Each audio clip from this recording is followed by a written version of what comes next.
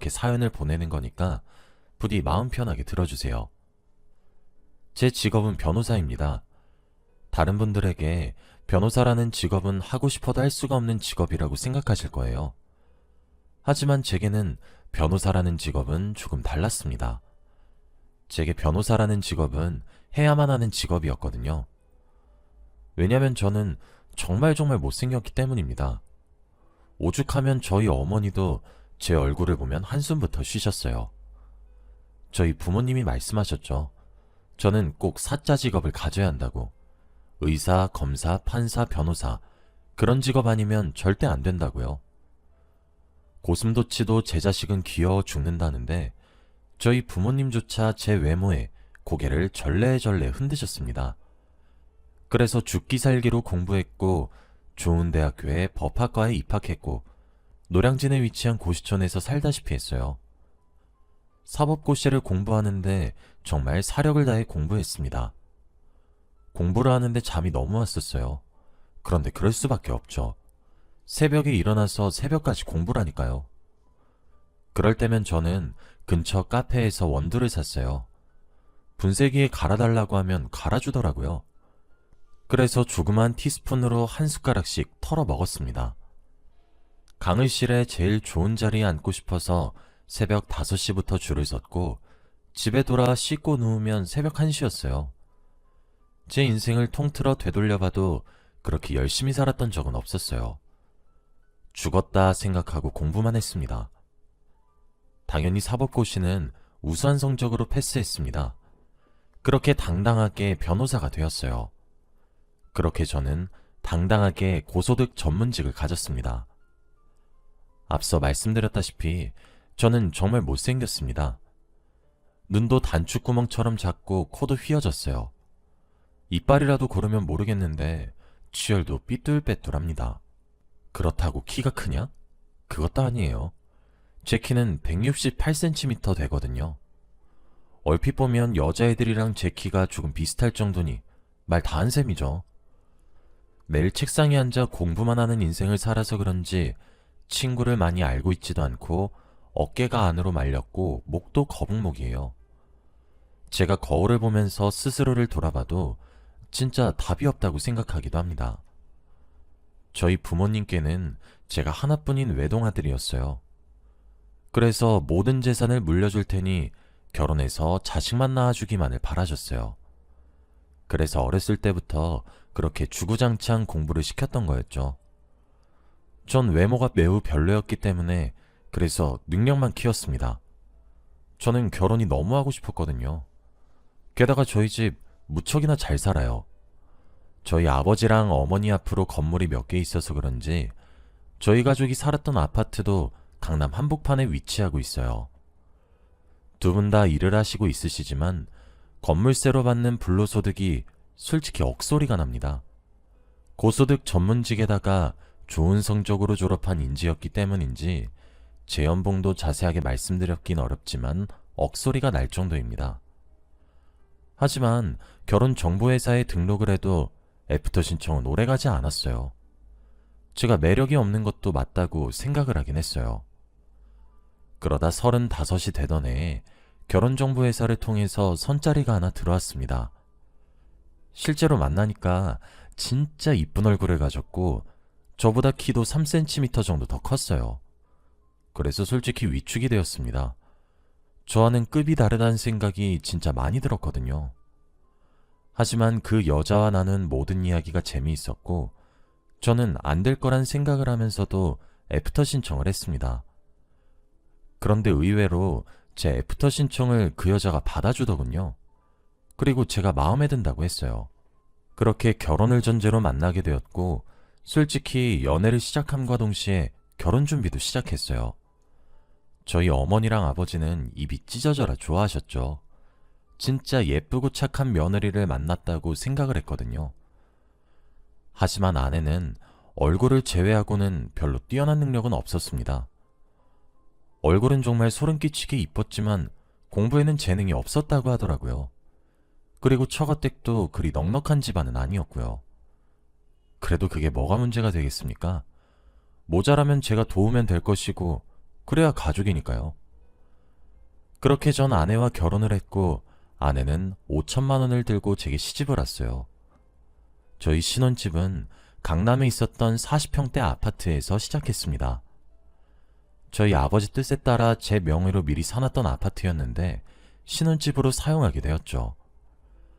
아내는 자신이 최선을 다해 모은 돈이라고 얼마 안 되지만 성의를 표현하고 싶다며 제게 5천만 원을 내밀었고 그 모습조차도 진짜 무척이나 성스럽게 느껴졌습니다. 예쁜데 착하기까지 하니 진짜 신은 불공평하다고 생각했죠. 하지만 전 아내와 결혼을 하고 얼마 지나지 않아 아내의 이중적인 실체를 알게 되었어요. 신은 공평했거든요. 아내는 결혼을 하면서 일을 그만두었고 전업주부로 전향을 했습니다. 하지만 그렇다고 해서 집안일을 하진 않았어요. 청소하시는 도우미를 썼고 밥을 해주는 도우미를 따로 썼거든요. 아내가 하는 일이라고는 제 명의의 카드를 들고 백화점에 쇼핑을 가거나 골프를 치러 가거나 사치스러운 취미생활을 하는 것 뿐이었습니다. 그래도 제게 빵긋빵긋 웃으면서 제잘거리는 모습이 너무 예뻐서 뭔들 못해주겠나 싶었어요. 하지만 그것도 신혼의 달콤함을 느끼던 그 잠깐이었습니다. 결혼하기 전에는 제게 곧잘 애교도 잘 부려주고 사근사근하게 말도 해주고 그랬는데 아내는 결혼을 하고 난 뒤 정말 급작스럽게 사람이 바뀌어가기 시작했거든요. 아내는 원래 하지도 않긴 했지만 집안일에 손도 대지 않았고 점차 저를 하대했습니다. 음식물 쓰레기를 버리는 일도 재활용 분리수거를 하는 일까지도요. 그래도 그것까진 참을 수가 있었어요. 하지만 아내가 저를 남편으로서, 남자로서 무시하는 것까지는 차마 참기가 힘들었어요. 저희 부부는 결혼을 하자마자 아이를 가졌습니다. 제 오랜 소원이었거든요. 딸과 아들로 이루어진 이란성 쌍둥이였습니다. 그런데 아내는 아이를 출산하자마자 제 손길을 피하기 일쑤였습니다. 제가 손이라도 잡을라 치면 마치 벌레라도 내쫓는다는 듯 기겁하며 허위허위하는 손짓을 했고 분위기라도 잡아볼까 하면 냅다 소리를 악 지르고 각방을 썼어요. 저는 이 여자와 결혼을 하고 난 뒤에는 달콤한 행복에 젖어 살 것이라고 생각했는데 제가 처한 현실은 지옥이었습니다. 사실 키도 작고 못생겼다는 사실은 이미 자각하고 있었기 때문에 별로 상처받진 않았었어요. 솔직히 결혼을 하면서 이런 경우가 있을 거라고 스스로도 이미 생각하고 있기도 했고요. 그런데 사람이란 것이 또 상상하던 것을 현실로 직면하기 시작하니까 조금 힘들긴 했어요. 그런데 참지 못하는 순간이 저를 찾아왔습니다. 하루는 그날도 의뢰인에게 시달릴 대로 시달려서 녹초가 된 채로 퇴근을 했어요. 그런데 아내가 전화를 하고 있더라고요. 전화하는 것에 정신이 팔려서 그런지 제가 집에 들어온 소리도 모르더라고요. 집에 왔다고 인기척을 내려던 그 순간 아내의 입에선 충격적인 말만 나왔어요. 야, 말도 마. 나 진짜 너무 그 얼굴에 역겨워. 왜? 야, 진짜 변호사기만 했으면 절대 안 만나. 내가 미쳤냐? 그래도 시댁에 재산이 꽤나 있으니까 그거 하나 바라보면서 살지. 안 그래도 시부모 둘 다 죽고 그럼 그냥 이혼도장 찍자고 하려고. 야, 넌 내 꼴 나지 마. 아휴, 나도 우리 친정이 좀만 먹고 살만 했어도 이딴 바보 온달이랑 결혼 따위 안 했어. 내 팔자야. 등등의 말을 랩이라도 하듯이 줄줄줄 쏟아내고 있었거든요. 저는 너무 충격받았습니다. 저도 알고는 있었어요. 제가 가진 직업과 명예, 그리고 저희 부모님이 가진 재력까지 매력 포인트인 만큼 그것만 바라보고 절 만나는 여자도 있을 거라고 말이에요. 그리고 제 아내도 그걸 고려하지 않았을 거라고 상상하지도 않았어요. 제가 그래도 명색이 변호사인데 그 정도로 순진하진 않았거든요. 하지만 재산만 빼돌리고 왔을 거라고는 생각하지 못했어요. 그래도 제게 조금의 정이 있을 거라 믿었고 믿고 싶었던 것 같습니다. 여러분들은 그런 상황에서 어떻게 행동을 했을 것 같으신가요? 당장 아내가 전화하고 있는 방에 방문을 열고 고래고래 소리를 칠 것 같나요? 아니면 그것도 입이라고 나불거리고 있는 주댕아리를 한 대 칠 것 같나요? 그것도 아니라면 아내에게 실망했다고 화를 벌컥 낼 것 같나요? 안타깝게도 저는 세 가지의 방법 모두 사용하지 않았습니다. 저는 조용히 물러나는 것을 택했어요. 씁쓸했지만 아내에게 화를 낼 수가 없었거든요. 저도 제가 못생겼다 생각하고 있어서요. 저는 저런 여자와 더는 살지 못하겠다고 생각했어요. 그래서 혼자 조용히 협의이혼 서류를 준비하자고 결심했어요. 그날 밤 차마 깨어있는 아내를 보는 것은 힘들 것 같아 야근이 있다고 거짓말을 치고 새벽에 들어갔습니다. 아내는 방에서 새근새근 소리를 내며 자고 있더군요. 저희 사이에 태어난 아이조차 엄마인 아내는 제대로 돌보지 않는 것을 알게 되니까 이제 진짜 끝이구나 하는 생각밖에 들지 않았어요. 쌍둥이조차도 베이비시터를 이용해서 돌보게 하더군요. 몸매가 망가진다고 아이들 면역에 좋다던 모유 한번 물리지 않고 분유만 먹였죠. 그때도 그런 아내의 결정을 존중했는데 그냥 인성이 결여된 사람이었던 거였어요. 처음엔 아이들 얼굴을 생각해서 이혼하는 것을 망설였습니다. 그래도 아이들에게 엄마가 있냐 없냐 영향이 클 것 같아서요. 그런데 아이들 육아하는 꼴을 보고 있으니 미미하겠다 싶었죠. 자는 아내 얼굴을 내려다보며 생각했고 결정했어요. 협의이혼을 하는 대신 그래도 제게 소중한 딸과 아들을 낳아줬으니 1억 정도의 위자료를 주고 헤어지자고 해야겠다고 말이에요. 아내는 수입이 없으니 양육권은 제가 갖게 될 것이니까요. 그런데 그때 정말 드라마틱하게 아내 휴대폰에서 불이 번쩍이고 있었습니다.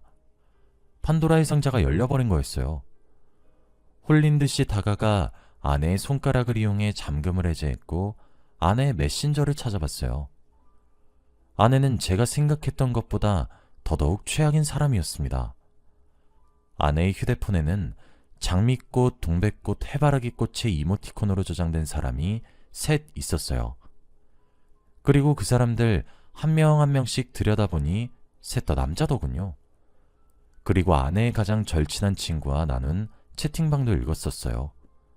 모든 정황이 하나씩 맞춰지더군요. 아내는 꽃밭이라 칭하더군요. 그 3명의 남자를요. 한 사람은 나이트에서 불장난을 하다 알게 된 유부남이었고 또 한 사람은 호스트바에서 아내를 접대했던 20대 초반의 풋내기였으며 또 다른 한 사람은 그냥 파트너로 오랜 시간 동안 아내와 친구로 지내온 저희 또래의 미혼남이었습니다. 제가 진짜 얼마나 기가 막히던지. 아내는 그들을 자신의 꽃밭이라고 칭하며 하루에 한 명씩 골라 잡아서 만남을 가지고 있었습니다. 대화 내용을 읽어보니 저희 집에도 여러 차례 데려왔더군요. 위자료를 준다거나 협의이혼을 한다거나 그것들은 다 제가 짠 어이없는 계획이었고 당장 취소했습니다. 그리고 저는 화려한 복수를 기획하기 시작했어요. 앞서 말했다시피 전 변호사입니다. 그리고 저는 그 중에서도 이혼소송 전문 변호사입니다. 저는 인생은 호락호락하지 않다는 것과 지렁이도 밟으면 꿈틀한다는 것을 보여주고 싶었고 제 앞에서 무릎 꿇고 앉아 싹싹 비는 아내의 모습을 원했습니다. 여자가 한이설이면 온유월에도 서리가 내린다 하죠. 근데 남자도 마찬가지입니다. 한이 맺히니 한여름에 눈이 오는 것 같더군요. 저는 베이비시터들의 육아를 핑계대며 홈 CCTV를 달았습니다. 아내는 기계에 대해서 문외한이거든요. 좀 멍청할 정도로 말이에요. 요즘 시대가 어느 때인데 CCTV로 실시간을 볼 수 있다는 사실조차 모르더군요. 길게도 기다리지 않았습니다. 딱 3주 기다렸어요. 저는 3주 내내 지금 맡고 있는 소송이 너무 중요해서 야근을 한다고 핑계를 대면서 증거만 잡았습니다.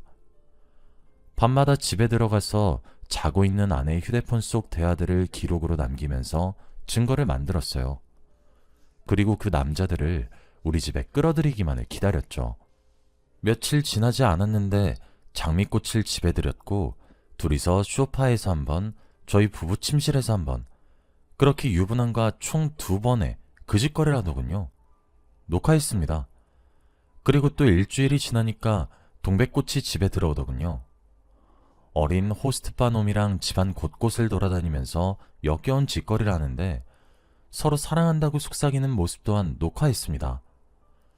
마지막으로 또 일주일이 지났습니다. 그랬더니 해바라기 꽃으로 저장된 아내의 오래된 친구이자 파트너인 남자의 모습도 녹화했어요. 그리고 하나둘씩 처가에다가 지원하는 돈도 끊었고 카드도 정지했으며 처남 밑으로 지원해주던 돈도 끊었어요. 처가 댁에서는 가진 것은 쥐뿔도 없으면서 딸 가지고 장사를 하시던 집안이었습니다. 아내 얼굴이 예쁘다는 이유 하나만으로 제게 머슴처럼 굴기를 강요하셨었거든요. 그리고 장인어른과 처남이 제게 각각 2억씩 빌려왔었습니다. 사업을 벌이겠다는 개소리라면서요. 그것도 내용 증명을 싹 보냈습니다. 당연히 아내의 친정에서는 난리가 났죠. 아내가 제게 전화를 걸어 발악을 하더라고요. 당장 집으로 오라면서요. 참나, 오라고 하면 누가 못 갈 줄 아나 보더군요. 당당하게 집으로 갔고 보자마자 아내 뺨을 냅다 쳤습니다. 아내는 할 말을 잃은 듯 분노에 찬 눈초리로 절 노려봤어요. 하긴 아내도 당황할 만합니다. 제가 그동안은 아내가 하라는 대로 했고 시키는 대로 살았거든요. 하지만 제게도 아이들이 2명이나 있고 제가 책임져야 하는 가장이어서 그런지 판단이 아주 명확하게 서더군요. 저는 아내에게 증거자료를 뿌렸습니다. 그리고 말했어요. 내가 살면서 너처럼 악마 같은 년은 살다 처음 봐. 소송 준비해. 아마 위자료 준비 많이 해야 할 거야. 내가 그동안 바보처럼 당신 말 한마디에 웃고 울고 하니까 사람이 바보 같았어? 밑으로 봐도 유분수지. 쥐뿔도 없는 여자랑 결혼했는데. 뭐? 불륜? 기가 막혀서. 아내는 새하얗게 질린 낯짝으로 제게 여보? 라며 애원하기 시작했죠. 나 애들 얼굴 봐서라도 당신이랑 이혼은 절대 하지 않으려고 했어. 당신 어차피 유책 배우자고 나한테 위자료 줘야 될 거야. 그리고 당신이 가진 꽃밭에다가도 연락해야 하지 않을까? 내가 그새 또 가만히 두고 볼 것 같아? 떡하니 거실에 결혼사진 걸려있는 곳에서 그 짓거리를 하다니. 진짜 내가 너무 어이가 없어서 말이 안 나. 그리고 애들 볼 생각도 하지 마. 아내는 그때까지도 정신을 못 차린 것인지 제게 표독스럽게 쏘아붙였어요. 이혼하자고 하면 내가 뭐 겁이라도 먹고 못할 줄 알고? 그래, 해. 대신 나도 당신한테 재산분할 신청할 거야. 알겠어? 어디 누가 이기나 해보자고. 집은 나한테 줘야 할 거야. 저는 박장대소를 터뜨렸어요. 야, 진짜 멍청하다 생각은 했는데 이 정도일 줄은 몰랐어. 당신 정말 대단해. 여보, 나 변호사야. 심지어 이혼소송만 전문으로 하는 변호사라고. 당신이랑 결혼하기 전부터 내 명의여서 특유재산이라 재산분할 대상에 포함되지도 않고요. 그리고 나는 당신이 결혼 이후 내가 개고생해가면서 번 돈으로 백화점 쇼핑하고 골프나 치고 그딴 말 같지도 않은 짓거리에 쏟아부은 사치스러운 금액 증명할 거야. 그럼 어떻게 되는 줄 알아? 한마디로 당신은 빈털터리로 쫓겨난다는 거야. 그리고 나한테 줄 위자료를 구해야 되겠지? 하지만 친정에다가 손을 벌릴 수도 없을 거야. 왜냐하면 그들도 내게 4억을 갚아야 할 테니까. 그렇게 힘들 것 같았으면 너의 그 좋은 꽃밭에다가 도움이라도 구걸해보지 그래, 멍청아. 당신은 불륜을 저질렀고 부부관계에 있어서 소홀했고 육아에도 애정을 보이지 않은 점 등등 내가 할 수 있는 모든 것들을 온 마음을 다해 증명할 거야. 누가 이기나 해보자고? 그래, 어차피 내가 이기겠지만 누가 이기나 한번 해보도록 하자. 그렇게 들어간 이혼소송에서 당연히 승소한 쪽은 저였고 상간자 소송까지도 마무리했습니다. 상간자 소송만으로도 위자료가 약 1억 정도 되더라고요. 아내와도 이혼소송에 승소했고 아내는 제게 위자료를 지급했어요. 없는 돈을 끌어모아서 변호사를 선임하더니 제게 항소를 신청하고 재산분할을 요구했어요. 물론 기각되었지만 말이에요.